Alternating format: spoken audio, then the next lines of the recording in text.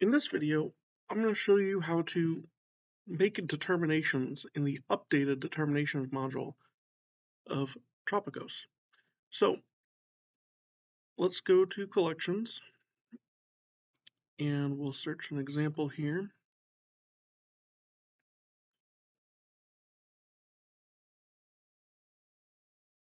Then we'll select this collection.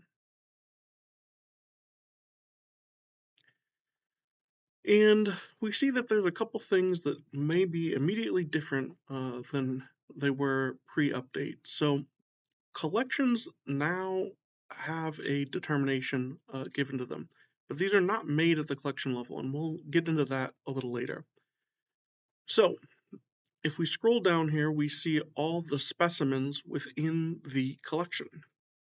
And there are a couple more buttons that are available to us that give us some extra options and some functionality. And we also have some additional columns in our grid view that give us a little more extra information. So first, let's go to this plus button here, and we can expand a single specimen. We can now see the previous determinations. So this check mark here indicates that it is our current determination. And then we see something here that says dupe det. We'll get into that a little bit later.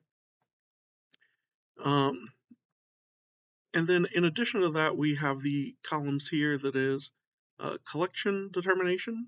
And then we have type. We see that none of these are type. And we see that there is one specimen here. This Mo specimen is the collection determination. So what this checkbox is indicating is that the determination that we see here at the collection level is taken from this specimen. Now, I should note that there doesn't have to be a collection level determination, but it would be typically good to have one, and you would be designating one as we'll see very shortly. So we can also expand all of the specimens under the collection by using this plus button to expand all. And now we see all the previous determinations of all the specimens.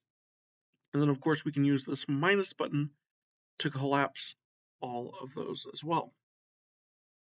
So now let's go over a couple cases in which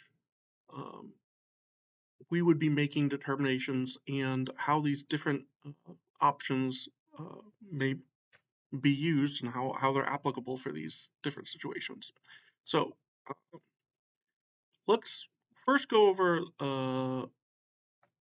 one use case scenario in which, let's say, we've just gotten all the unmounted collections, and we've specified that we want to send one out to P here, Paris, and we have one at Tan that we're looking at as well, and then Mo. And these are all specimens that are sitting right in front of us. Maybe they're in newspaper or maybe they're mounted. But the point is that you have all the specimens in front of you. In that case, you don't actually need to select any specimen here. We can just click Add Determination, and we can set the determination for all specimens at once. So say we actually think this is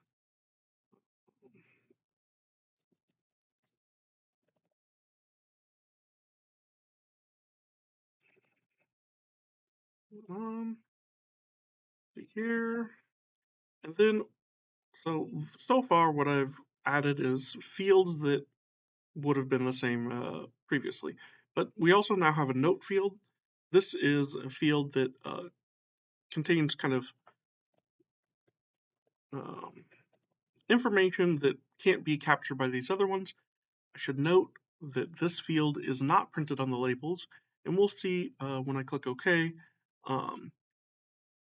where it shows up in our page. So now let's click Save.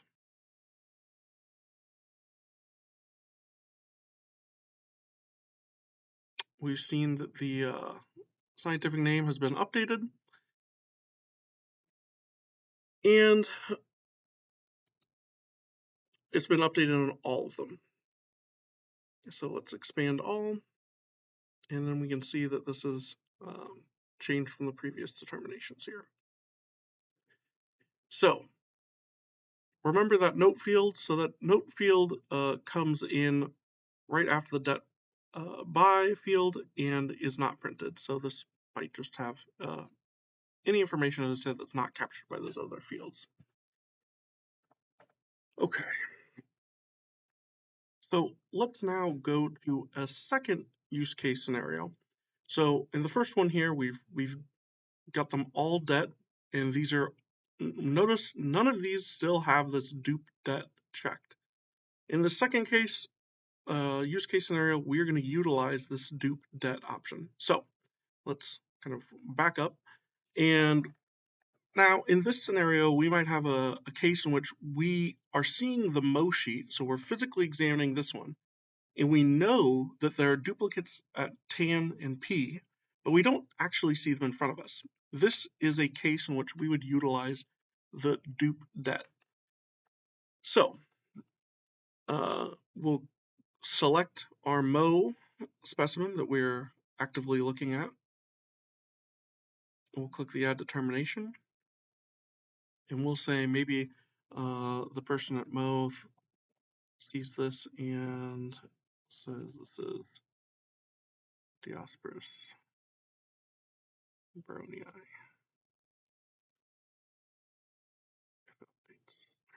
Oh, well, baryoniana. And then we'll say there, there. And now notice there are a couple of options that are appearing here. So first we have apply as dupe det to all other duplicates, and this is checked by default. So this means that this determination will appear as a dupe det to the other two specimens that we don't actually look at. So we're inferring, because we know they're all part of the same collection, but we don't actually see the Parison and Tana specimens, that this is inferred determination from the Missouri specimen. So they're going to get a status called dupe det. And there's another one that's checked by default, and this is make this the collection det. Oops.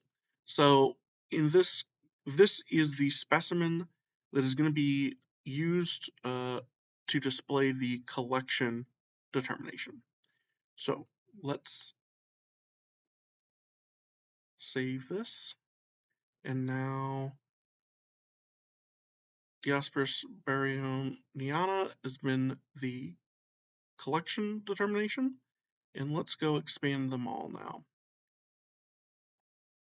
Okay, so now we see the dupe det has been checked in our Paris and Tana specimens. And for our Missouri specimen, of course, this is not a dupe det because we have it in front of us. And it is the current det, and if we scroll over, we will see that it is the collection det, which is why we see that here.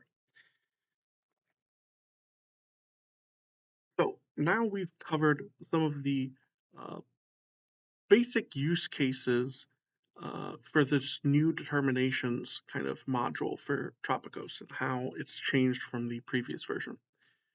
So in a separate video, I'll cover some more advanced cases, in which case the typical user will not often come across, in which case we will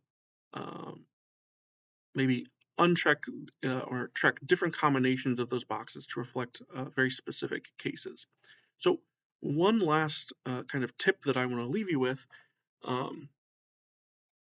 is we've talked about the specimen or the grid here, which is what we're looking at. As I mentioned in some previous videos, this is similar to an Excel sheet, and we can select multiple specimens here by holding Control and then our left click to select multiple ones.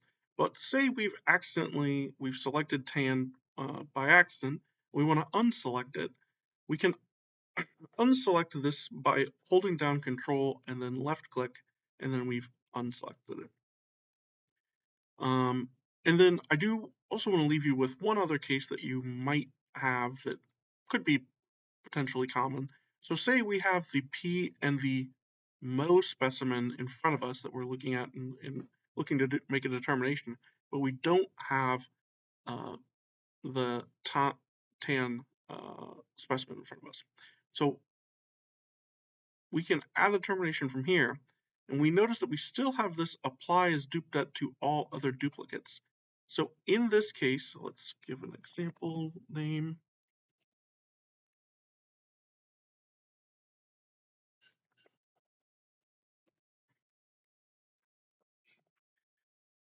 So in this case, because we've selected 2 that we know that we have, these 2 will not get a dup-det. So notice here, this current det is not a dup-det, but we see the Tana one does get the dup-det. So we see the Mo one also will not have the dup-det because we physically are looking at these specimens. Okay, so with that, that kind of concludes our basic overview, and we'll cover some more detailed scenarios in later videos.